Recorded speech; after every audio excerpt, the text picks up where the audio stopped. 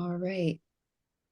So everybody is joining slowly all at once here. Welcome, everyone. Thank you so much for joining us. Welcome. Let everyone kind of get their audio set up. My name is Brittany Higginbotham. I'm a communications and outreach manager for the Institute for Public Relations. Thank you all for joining us for this webinar today. And thank you to our panelists for leading this and sharing your insights with our audience. Before we begin, I have a few housekeeping notes. And while I'm going through that, please share in the chat where you're calling in from, maybe which organization you represent. I'm sure our panelists would love to hear that. And all of our webinars attract an international group, so just acknowledging everyone and their where they're calling in from today across time zones. Thank you so much for being here. So this webinar will be recorded and available for playback within 24 to 48 hours on our website and YouTube channel. I will drop a link to where you can find that, and we will send you an email with that link as well. If you have any questions or comments throughout the chat, please share in the Q&A box or in the chat. We'll be very active and engaged with that throughout the call. And if you have any tech difficulties, please just message me and I will troubleshoot anything for you. But with that, I'd like to introduce our panelists. We have Jim Weiss, founder and chairman for Real Chemistry.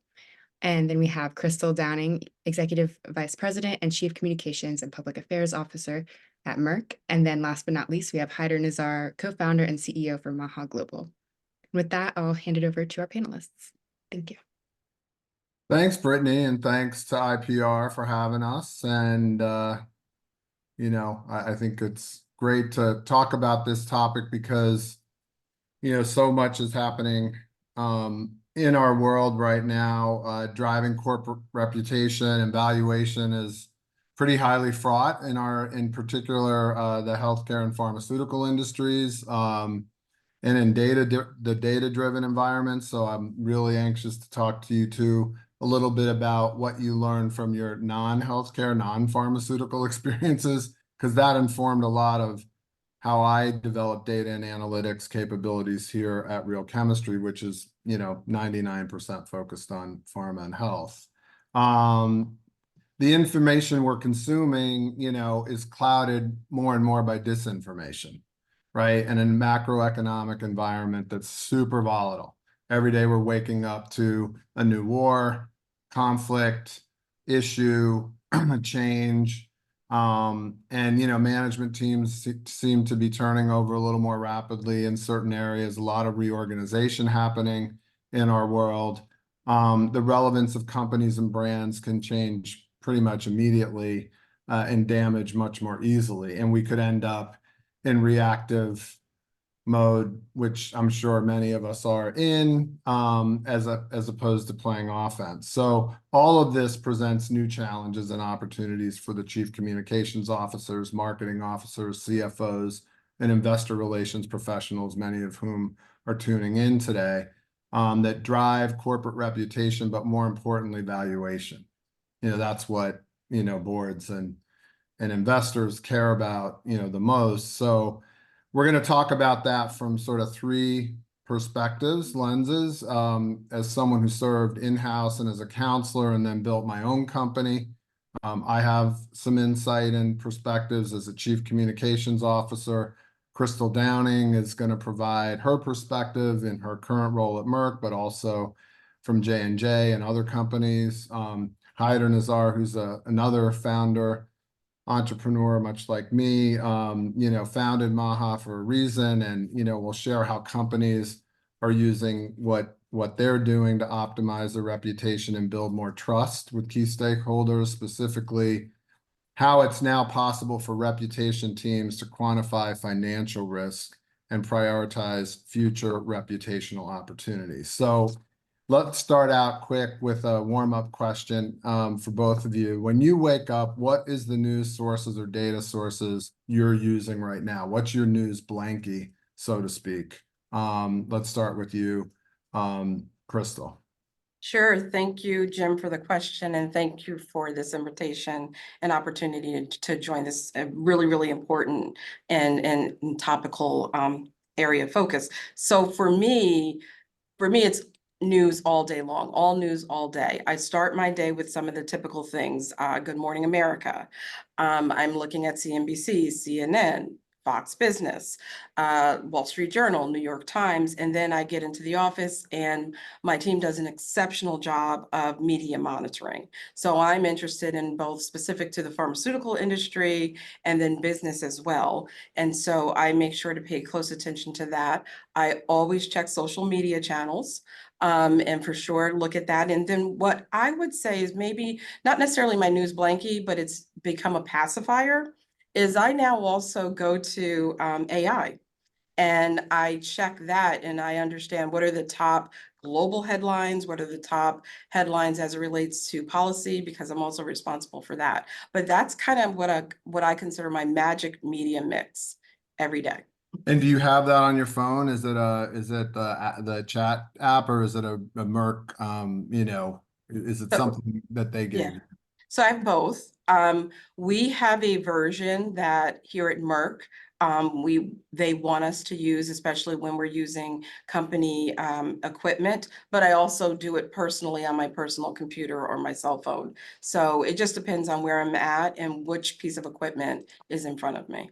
Yeah, because I'm doing Perplexity on my, I downloaded that on my phone. That's my own Yep, one. And then I have one that Real Chemistry does. It's an RCIS system. So yeah, there's lots of sources, but it's a really interesting new place to go it is. that It we is. didn't used to. And so this way you don't, if there are any kind of gaps, you're catching that. And honestly, right now, there's a huge screen in my office that's running. Right, I've And seen that when I was you know, yeah, right? So it's all news all the time. yeah. Hyder? Well, I think everything that Crystal said, I echo all those sources. I think I would add to that, Jim, what you said earlier about disinformation. One area that I started focusing in more on is uh, uh, in news outlets like Bloomberg and Refinitiv and Equity Analyst Research as well. With all of the public disclosures that are out there on corporations today, there's so much data that's actually regulated. That's out there that's more performance-based and fact-based. So perception is obviously very important. And we can see how that's getting, spun in different ways today with disinformation. But reality data and performance data is something that I like to ground truth everything with. So I'm increasingly subscribing to those sources as well. And what about, do you check what's on, like, trending on Twitter and TikTok and, the social channels? How important are they to the story? I assume, that gets mushed in, but I wonder, for you, Crystal, do you hear concern about that amongst your, product colleagues and others, within Merck? Yeah, I don't know that it's concern, but definitely we've got a specific team that's monitoring social media all day long. And again, we're getting those kinds of updates and reports, obviously, depending on where the complexities are or some of the sensitivities as it related to, X a while ago. We'll track that and we'll understand what the implications are for us in terms of how we're doing business. Our reputation, our credibility in the eyes of our, healthcare professionals or other partners or things of that nature. So again, for us, it's just making sure that we stay attuned and aware of the public, honestly, discussions and discourse and perceptions or misperceptions, as Hyder said. And what are we out there looking for? What is it that we need to know that matters? I was going to ask, a lot of them are related to more tough, difficult scenarios. I think in your case, in pharma today, it's the IRA and all of that, all the hearings that came up recently, and, a number of other pricing and access and, Medicare negotiation issues. And you're kind of right, Merck's right at the center of all that. Isn't it all about calibration though? Like when you're out there looking, and that's why Maha exists and Morning Consult and things like that. We need to calibrate response. It's, are we more listening or are we looking to get in and engage? Yeah, I think it depends, Jim, and I think it's all of the above. I think that the information that we're tracking and monitoring and assessing is really helping us to make informed business decisions, right? If you think about, one of the most sensitive situations we all had to manage or navigate, the Israeli-Hamas war, right? When that first kind of broke, data was key. I mean, just understanding what the status was for the actual situation, the points of view, the public discord, some of the things that the different companies were doing. Obviously, the educational institutions, they played a role. So for me, for us, for Merck, we're monitoring all of that so that we can then leverage that information to make the best right informed decision for us, which could very well differ for another company. And for us, again, we're always driven by the objective of creating or helping to shape the most favorable operating environment for our company, right? Because we are really about advancing global health, reaching patients, increasing access. So we stay very close to our purpose, our core, right, which is to, use scientific leading edge technology, breakthrough medicines to help save and improve lives. So that's literally kind of the axis that we're spinning around. And then how do you help hire companies calibrate? What's the role that Maha and other, monitoring companies, and sorry if I've said it wrong, you can correct me. How do you help the CCO and the teams calibrate? Yeah, well, with the all the different CCOs and reputation teams we work with, when we sit down with them, the first question we get always is, what do I prioritize? In a world that's increasingly complex, where do I stake my storytelling? Where do I tell, and to which stakeholders? So we're hearing that more and more. And I think the way we look at it is that our platform is designed around the principle that it's increasingly more important what a company does than what it says. And the companies that are actually doing what they say are the ones that are driving more trust from their stakeholders. They're the ones that are able to speak out authentically, and they're the ones that are able to build more trust with even sources. Historically, reputation teams would look at, Fortune's most admired and all those lists. Well, those lists are, were primarily based on perception data and how stakeholders think and felt and thought about a company. But with all of this other data out there today, I think it's becoming increasingly important for companies to really understand and prioritize what to speak out on as the factors that are the most differentiating for them, and also the ones that they have the most track record executing on. And we see this happen over and over again in every industry that we're in, that's the most relevant, the most amplified, and the most shared pieces of content are the ones where a company, it's part of their strategy, they're executing on it, they're speaking out on it with data to back it up. That builds a lot of trust. Well, let's put you on the spot, both of you. What do you think drives corporate brand and reputation the most? That which the corporation deals with, is it Merck or is it Keytruda? Is it the product, right? What is the most critical? I mean, do you weight those differently? Do you look at those differently when you sit and prioritize? Because you could argue those are, brands of your brand in a house of brands. And, how do y'all look at that? And where do we coordinate with marketing and sales, relative to all that? Hyder, why don't I start with you? Is that something you get, in terms of monitoring? Yeah, and I think it's very industry specific. I mean, big CPG brands that have, a ton of brands where the umbrella brand is in the background, they're leading with their products, and that is the brand. And so there's more focus there. But tech industry as an example, working in tech, with technology companies, the brand, the corporate brand is everything, and they're really focused on that. So I think it depends on the industry, large part, but there's opportunities to track both the perception at the brand level and at the corporate level, as well as the performance at both levels as well. And so we use that same lens whether we're talking about at the corporate level or the brand level. How about you, Crystal? Yeah, I actually think so. My humble personal and professional opinion is that they both matter and are equally value. However, you know, being a part of the pharmaceutical industry, let's be really, really realistic.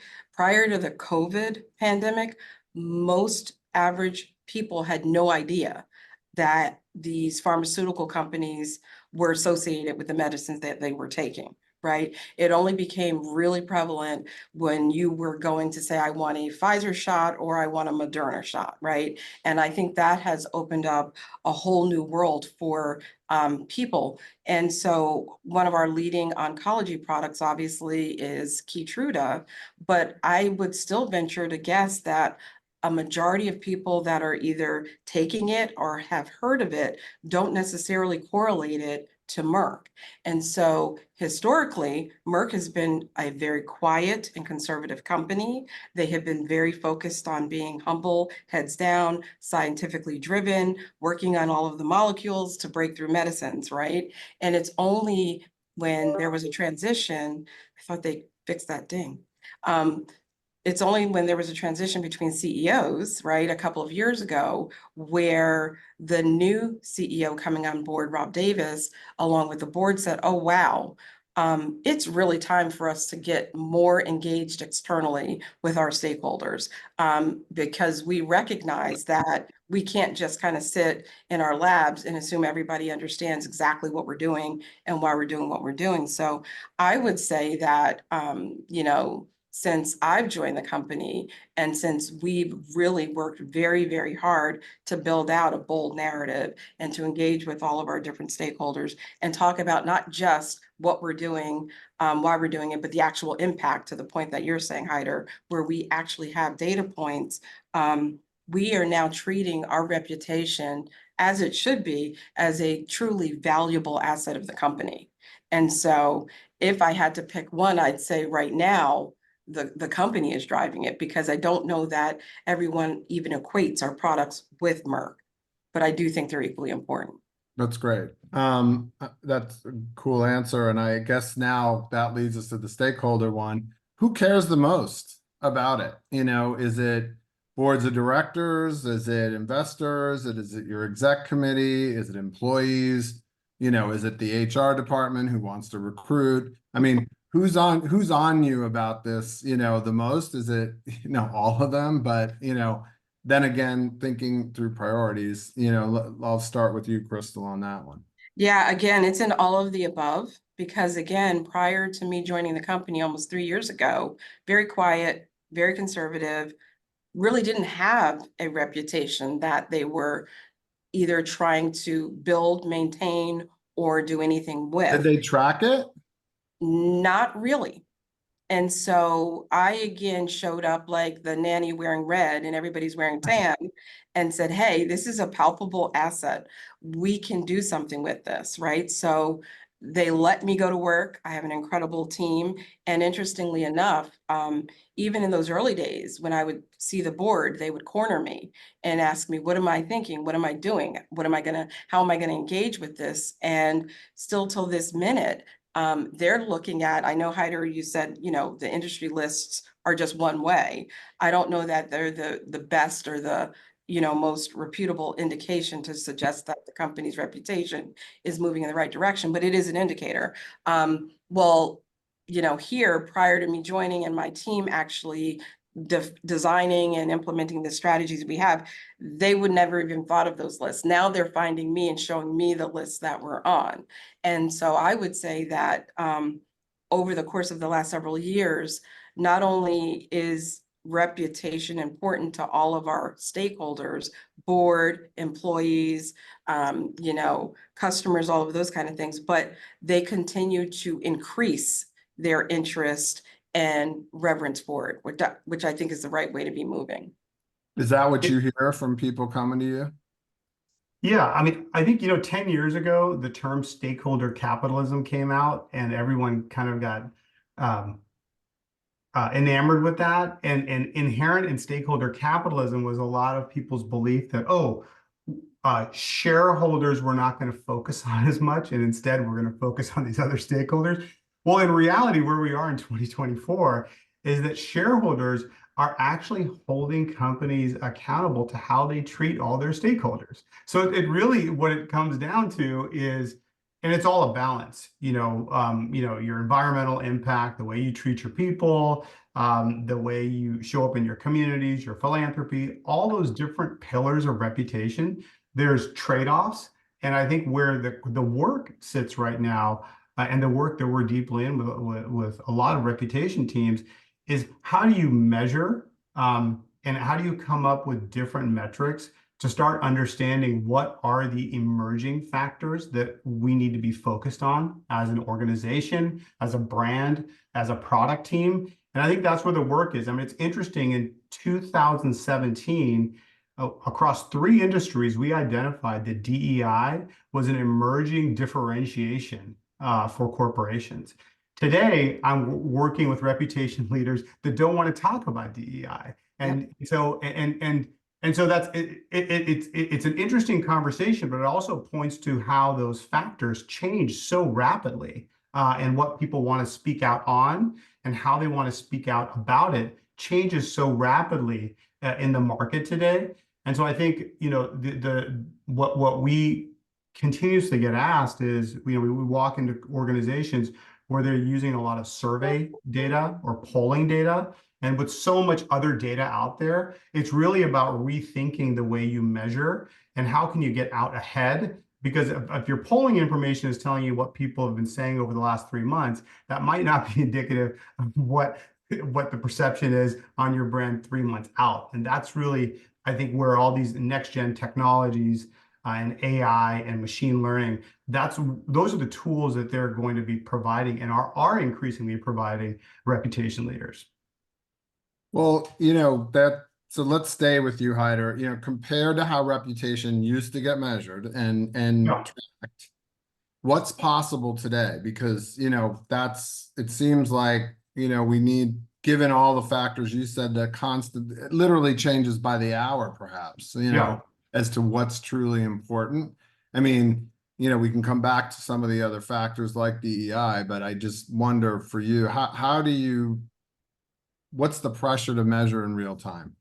Yeah, so I think that there are, as Crystal mentioned earlier, there's a whole host of media monitoring capabilities that are out there now that are available. So every social media platform, Reddit, blogs, all of that, you can monitor that in multi-language, multi-country, and be able to use NLP to pull out, keywords and what's trending. So that's there.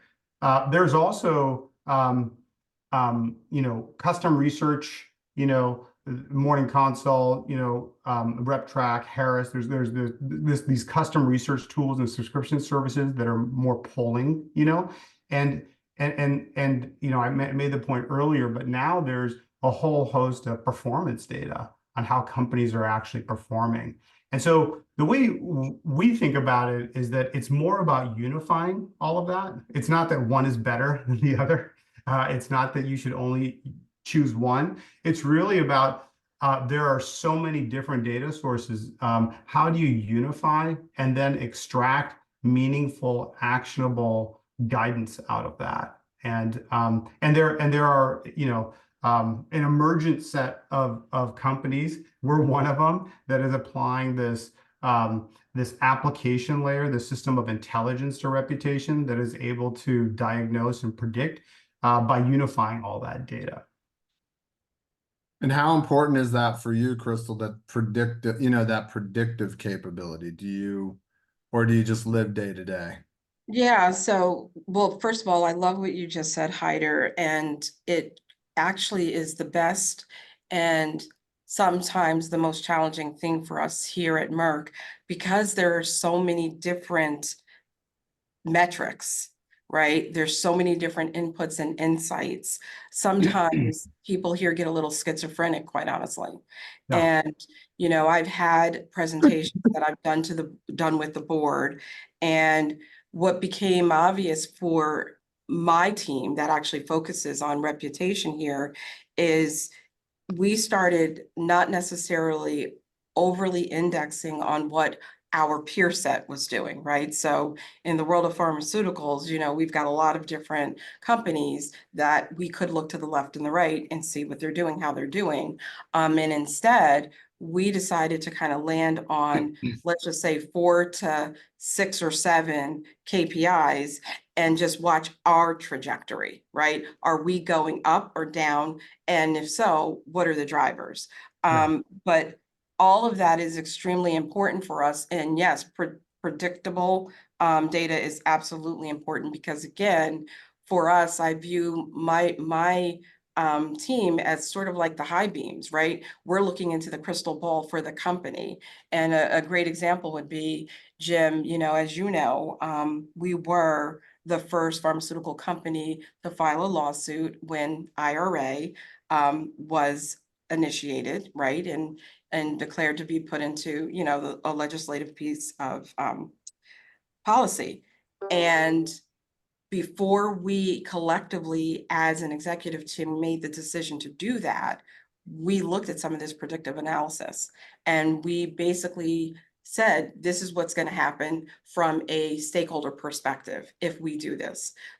We can manage this particular audience. We can get in front of media, but it'll be neutral to negative. So everything that we shared as far as inputs and insight to help the CEO, the executive team, was extremely helpful, and it really helped set expectations. And oh, by the way, we were right, and we were able to manage that. Well, let's stay on that. How do you keep a beat on, how you're talked about versus the others in the industry? It sounds like you've got a system that does that. But if another pharma company is attacked, do you see Merck at risk? Or when one company is celebrated, might that be a catalyst to, jump on? I mean, I know in the consumer packaged goods world, I think somebody just jumped on the Pop-Tarts, just jumped on, As a Taylor Swift. Taylor Swift's Yeah. special brands of those. Yep. Is that stuff that pharma, I know we have a lot more restrictive covenants to let us do that. And what percentage of your time is spent on offense versus defense? All right, shall I go first? Yeah, you go. So first part, in terms of if there's another company that's either being recognized or scrutinized, what does that mean for us? I would say it really depends on the catalyst and the source of that focus and attention. But we have to remember that the pharmaceutical industry has never been the darlings of the business industry. And so we are constantly being faced with scrutiny and criticism and misperceptions for a variety of reasons, right? That range from, our pricing models, to vaccine hesitancy, to the misperception of putting, profit over people, right? All of which I can honestly say from our vantage point are not accurate. But the reality is because of that, we do, my company, the executive team, we pay very close attention to the attention that other peer companies are getting, because we look at it as either a sign or a signal that we either need to start, stop, or continue to do things. And so that's kind of how we look at that and leverage that information. As far as what level of effort do we place on either Offense or defense? offense, defense, I say proactive, reactive. I would say it's equal, 100% all the time. Again, because we're in such a highly complex, highly visible, highly regulated, challenging industry, it behooves us to never be flat-footed. And so for that reason, we have a constant, risk mitigation effort underway. We have crisis management, even in the absence of a crisis. We're looking at all the trends and keep in mind, again, this is also from a global public policy perspective as well. So we're placing 100% of our time and effort on all of that all of the time. So what's your, at J&J or Merck, any Pop-Tart moment where that you can remember that you were able to leverage the reputation of the company or something specific, or, proactively or even reactively? I would say, let me stick with Merck in case Rob or Ken are listening. I would say, one of the more recent ones, honestly, for some you may know and others may not. We were invited to testify in DC via Bernie Sanders and the Help Committee. And those types of invitations are usually riddled with tension, quite honestly. The topic of conversation was going to be around the pricing of our medicines and drugs in the United States as it relates to out of US. And, first and foremost, I think we're all aligned on the fact that certainly we want to ensure that people can afford the medicines that they need, and out-of-pocket costs. There's definitely opportunity there, but it's a very complex ecosystem. But nonetheless, if you think about the fact that the pharmaceutical industry is usually vilified, and that we're constantly under scrutiny, and then you're walking into DC and you're going to have this, Senate committee hearing, you're just going to be lucky to get out of there, right? With head and heart intact. But what we then did, in terms of my communications team, we leveraged this opportunity to really do the impact education, right? To really reach out to all of our external stakeholders and talk about the areas of focus where we're advancing health, where we have a patient assistance program that has given 800,000 people in 2023 free medicines, right? We've invested $36 billion in R&D. We told all of these stories. Our Mectizan story, right? River blindness, 300 million people. And in general, I think we reached 551 million people around the world with our medicines last year. So these are really, I think, important facts. And so we talked with all of our different stakeholders, and it actually truly worked to our advantage. During the hearing, they told us about ourselves. They had all of these facts. They hit the headlines. And so it came out actually being quite a very positive experience as a result of a lot of that upfront proactive, if you will. We would have been ready for the reactive, but fortunately it worked in our favor. And I would say that was actually a Pop-Tart moment we didn't expect, but we took advantage of it. You did, yeah. You went out there, that could have gone any way, but Yeah. and Merck stands up, often to do that, as do others. I mean, so I'm glad you mentioned that, because Pfizer's ad on the Super Bowl, you can just depends on who you ask, but I have seen investor types and venture types very happy to see the pharmaceutical industry being a little bit more bold in telling its story and its benefit, because that is, of course, you can't change that narrative unless we do something to change it. So that, I think, helps. I mean, Hyder, are clients coming to you in a state of offense? Yeah. Or defense, or proactive or reactive? What do they want you to help them with most? Yeah, I want to answer that question just real quick. What Crystal was saying, I just want to add one piece. Jim, when you and I were at the JP Morgan conference in San Francisco, we shared some research around how pharma actually has the biggest reputation upside opportunity. Pharma and oil and gas actually, in our Right. research across multiple industries, showed that those two industries had the lowest reputation of any industry. However, pharma's actual performance was amongst the highest of any industry. So that's a real, so what you're talking about, Crystal, is a beautiful example of that education and the fact that it's data driven and performance driven. That's the opportunity. So, we work with, companies in your industry, and we just see so much upside there around reputation. That's great. We need to talk after the webinar, okay? Yeah, sure, Let me sure. take a question from the audience because I Yeah. feel like they're finally coming and they're Yeah. good. Mhm. There's one for Crystal. Do you have a social topics framework when social crises hit? On if they're, proactive or reactive? What are some, I know you mentioned one at the top of the talk on the, Israel and Hamas situation, but what are some of the other social topics? Yeah, I mean, we actually track a variety of topical issues year over year. And they range. They can be geopolitical, they could be societal, they can be economic, they can even be environmental. And so we keep that running list and we see where things are. Obviously, there have been a variety of Supreme Court rulings, whether it be Roe versus Wade or some of the other things. We've seen some of the Supreme Court rulings on affirmative action. We're tracking that. We track things specific to our company or industry, like we've talked about, as far as drug pricing, IRA.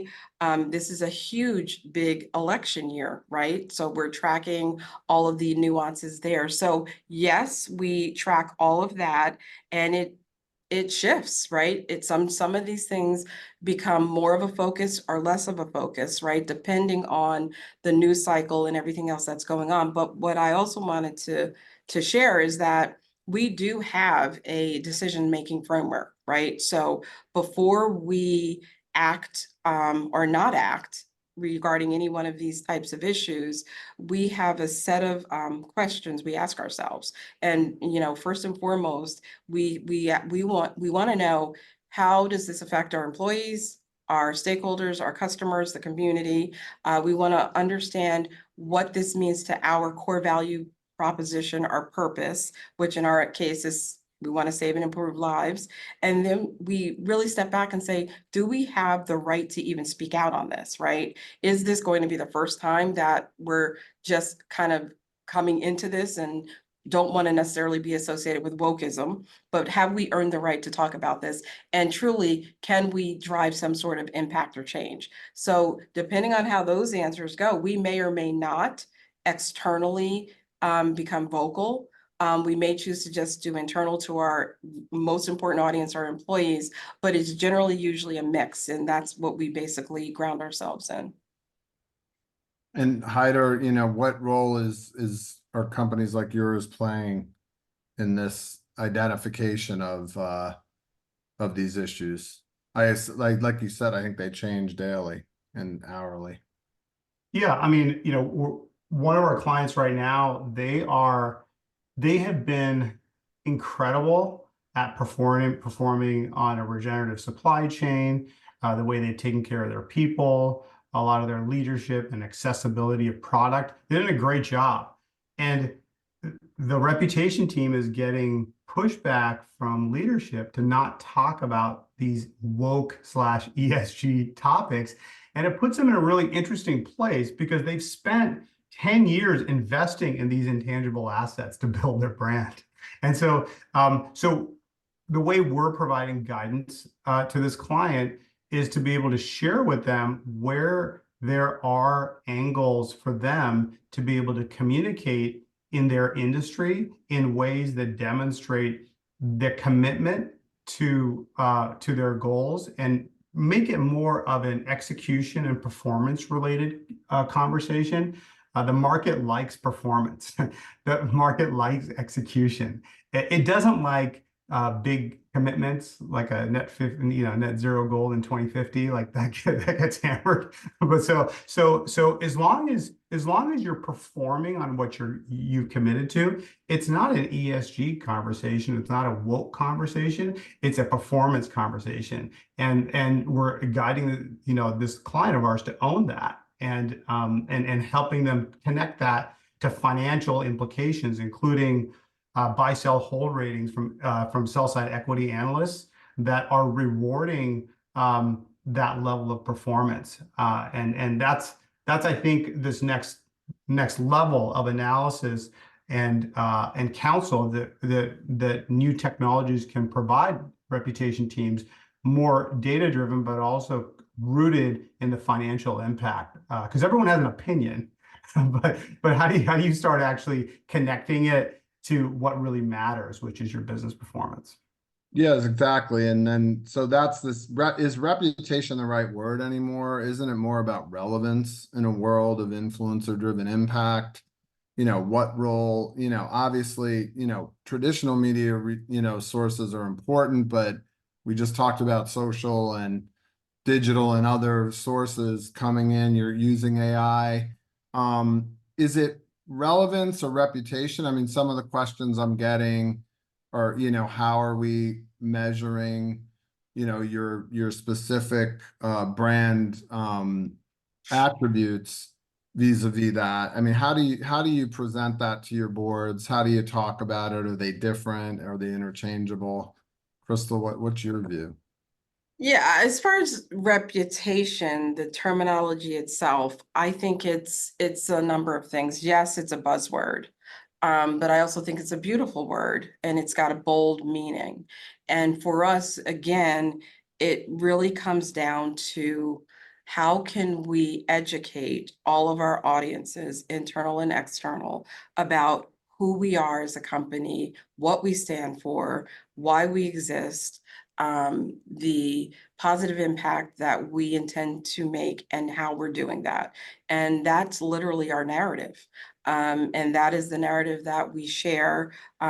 We make sure it's clear, we make sure it's compelling, we make sure it's consistent.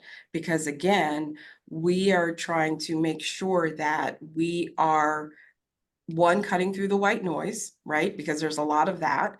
It's a hugely competitive landscape. And we're also trying to fend off any misperceptions. So Got it. yeah, that's the way that we look at it. Hyder, you got any thoughts on this? Yeah, so I Or mean, is it an academic? it's brand, it's reputation, it's relevance, it's all of that. I think it partially depends on where the company is on their adoption curve, and and how sophisticated they are. There's certain companies we'll work with that are data curious and they just want more data, and then there are other companies we work with that have a crisis. And so that's like a very specific issue that they want to solve with a specific stakeholder. And then the third is more of a data-driven customer where the CCO typically has multiple remits under them, including public affairs and investor relations and a bunch of other functions. And they're trying to drive a common framework and a common way of measuring and thinking about reputation or relevance across those multiple departments.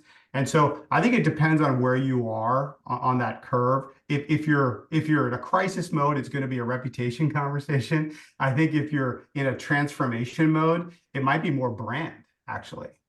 Okay, helpful. So now what do we do with this information? Some of the questions I'm getting on the chat are really about how can companies now adapt their corporate brand strategies, and how are you getting fellow executives on board to engage in opportunities that positively impact the external reputation? Crystal, is it informing? It's not just nice information, you're obviously doing something with it. Is it Yeah. driving action? Yeah, I think, depending on the company, and its level of understanding and appreciation regarding brand equity / reputation, I think you have to meet them where they are and then get them where they need to be. And so I do believe, unless you're kind of dealing with some of these really heavily consumer-oriented brands like McDonald's, right? Or Coca-Cola or Verizon, when I think about, my industry, we are not where they are, nor should we be, nor will we ever be. And so for me, I had to assess the gap in understanding and appreciation for why this matters and what this does in terms of enhancing our ability, again, to operate in a more favorable environment for us. So it's a constant learning, it's constant education, it's constant conversation. But before I arrived here, as far as the quarterly board meetings, never ever would you have seen the chief communications officer presenting a communication strategy or a discussion or leading a discussion around brand equity and reputation. And that's now part of our cycle and part of our process. And I'm really, really excited and pleased by that. And I think it's really, really important because as you take people along the journey, for me now, we're at a point where my peers, the rest of the executive team, they're asking about their platform. Where's my communications platform? What can I be talking about? How can I also help the company? I'm sure they want to help the country too. But how can I help the company as well? And so my team, fortunately, we've built out a strategic platform strategy for not necessarily every one of our executive team members, but for many of them. So again, progress, and we're moving in the right direction. So let's come back to it. I just, wanted to ask about where you are with DEI.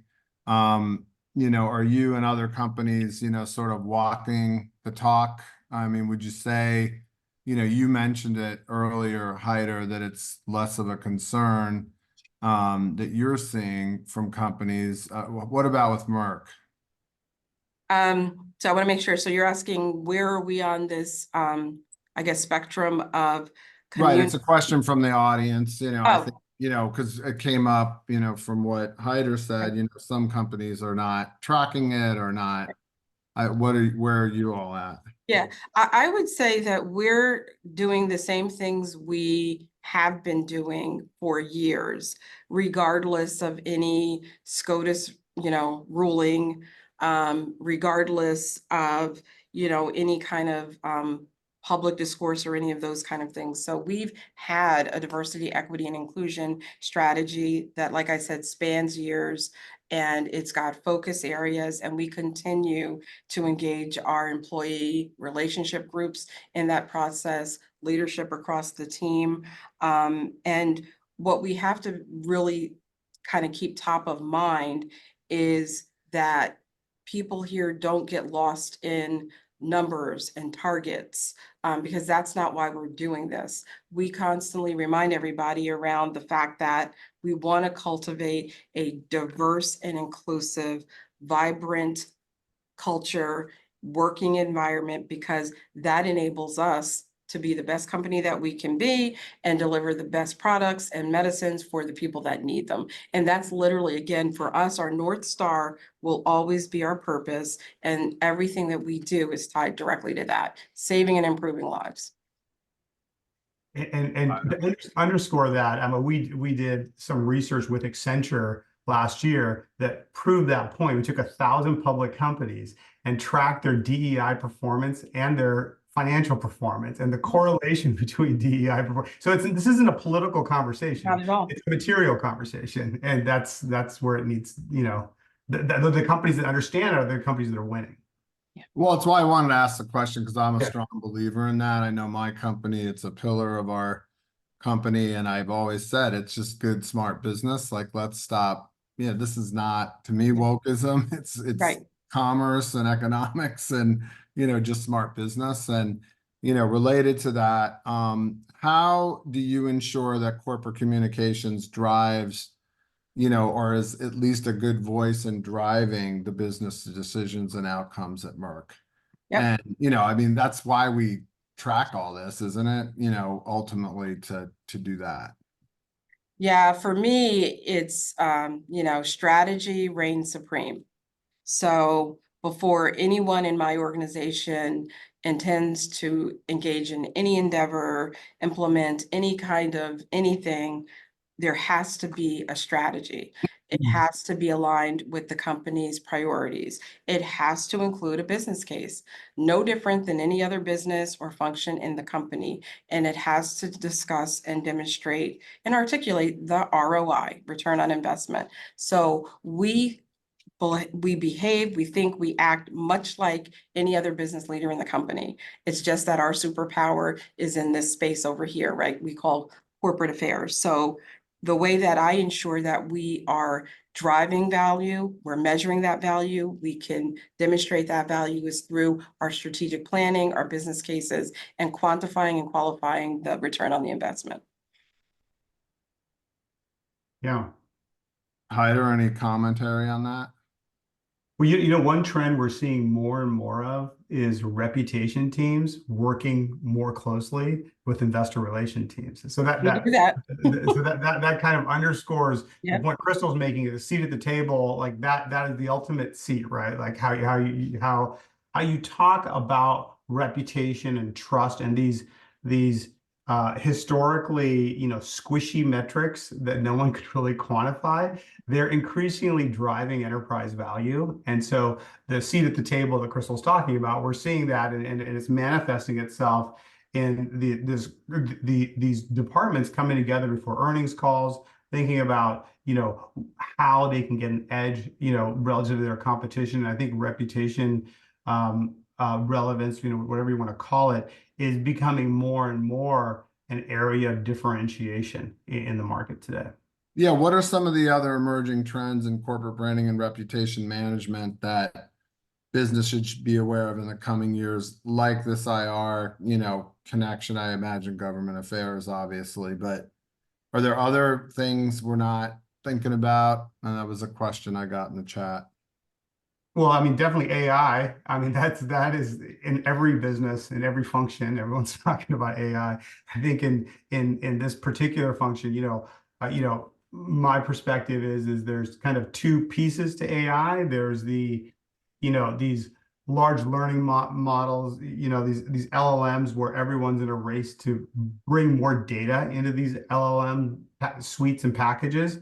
And so, aggregating your data is one thing that's happening. But the other thing that's happening is the inferences, like who is actually able to take all that data and actually automate better insights out of it. Because there's a lot of people that I've seen that have built, frankly, white elephants. They've licensed a bunch of data. They've built this data warehouse. But again, it's still analysis paralysis, and they're not doing anything with it. So it's both of those things. So I think it's all those data sources that I talked about earlier, structuring them in a way that works for your organization, but then using different intelligence to actually create more automation and insights for the team, so they can have more agency and speak out faster and more confidently on those changing reputation factors in the market. And how quickly can you turn that intelligence around now? Well, I think, well, you can turn it around really quick. The question, I think, the question really is how good are the inferences? That's really the point. I mean, we've all been on ChatGPT. We've asked it questions, and we're like, well, that's wrong.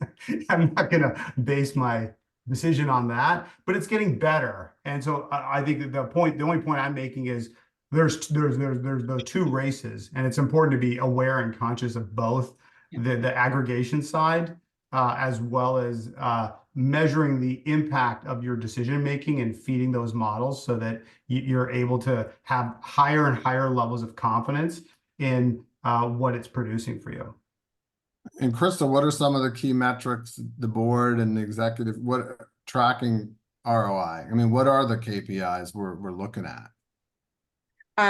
In general, or from the communications I think from reputation track and communications, I would say that would probably be the primary, but for this audience, but what are some of the business metrics we think we're impacting? Yeah, and I think before I even answer that, the question you're asking me is, what does the board pay attention to? I don't mean to be facetious, but they're going to pay attention to what I tell them they should pay attention to. So that's why partners like Hyder are really, really important, because again, we can't assume that they fully understand this space and understand what the most important KPIs are, drivers, or any of those kind of things. So I'm really deliberate in terms of how I share the information with them, the said results, the data points, those kinds of things. But obviously, in any way that we can tie our efforts in terms of protecting, defending, elevating our brand equity and our reputation to business performance and business outcomes. That's going to be key. That's most important, not only for me, but for them. There are other metrics, obviously, share price, the company's financial statement. I've mentioned some of these industry recognitions and lists, a little bit more, qualifiable, if you will. We look at recruitment, we look at retention, we have internal employee surveys. All of these different pieces formulate our company scorecard. And so I never want to stray too far from being able to connect right back to that. Yeah, all of that. The other metric that I think it's an interesting one we're seeing more and more of is RFQ win rates. And we're seeing a lot of sales organizations come to the reputation team and say, in the RFQ process, we're increasingly being asked questions around reputation and is our company executing on those things? So that's another metric that I think is a real direct line to revenue, and we're seeing. That used to be more unique a couple of years ago. I think that's getting adopted very rapidly. I'm seeing. Well, Hyder, is there any example recently or in your past, where you've helped a client navigate with your information around, some reputation or even financial risk or financial performance risk? Yeah, so we worked with a large multinational food and beverage company, and they were having a lot of issues with their employee value proposition, and there was a lot of challenges happening at the retail level for them. And they thought that it was related to employee safety and potentially employee pay. And those things were things that they needed to focus on. But what we highlighted for them was a lot of times there's the interconnection of these reputation pillars, and that interconnectivity is where the real answer lies. And what we showed them was that the way that they had invested in their local communities over the last 10 years had decreased substantially relative to their competition. And what that had done is it had done two things. Number one, the local stores and the employees in those stores didn't feel as connected to their local communities, and they didn't feel that they had that entrepreneurial budget to be able to launch campaigns at those local store levels. And that was a big blind spot for them. They valued themselves historically as a very, very conscious brand, and a very purpose-driven brand. And showing that interconnectivity for them was, at first, they doubted it until they really had to look at the data and understand it. But once they did, it helped them change behavior, and they're on that journey now. So there's an example of just the interconnectedness of different reputational factors. It's not always obvious, and it's usually all of them are very connected. All right, well, we got time for one more question, so I'll put it out there before we close. So if you had one piece of advice for this audience of corporate reputation leaders, what would it be, Crystal? Ooh, just one piece? Well, you can do two or three. Thank you. You can Thank do you. one that sounds like three or three that sound like one. I think my advice I call it my ABCs, right? And there's probably like 3 principles.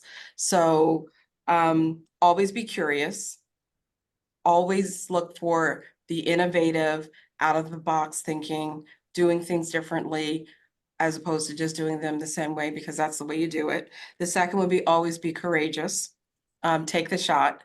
You have to absorb some level of risk if you really, really want to drive significant tangible impact, and always be contributing. And I think we've talked about it a lot.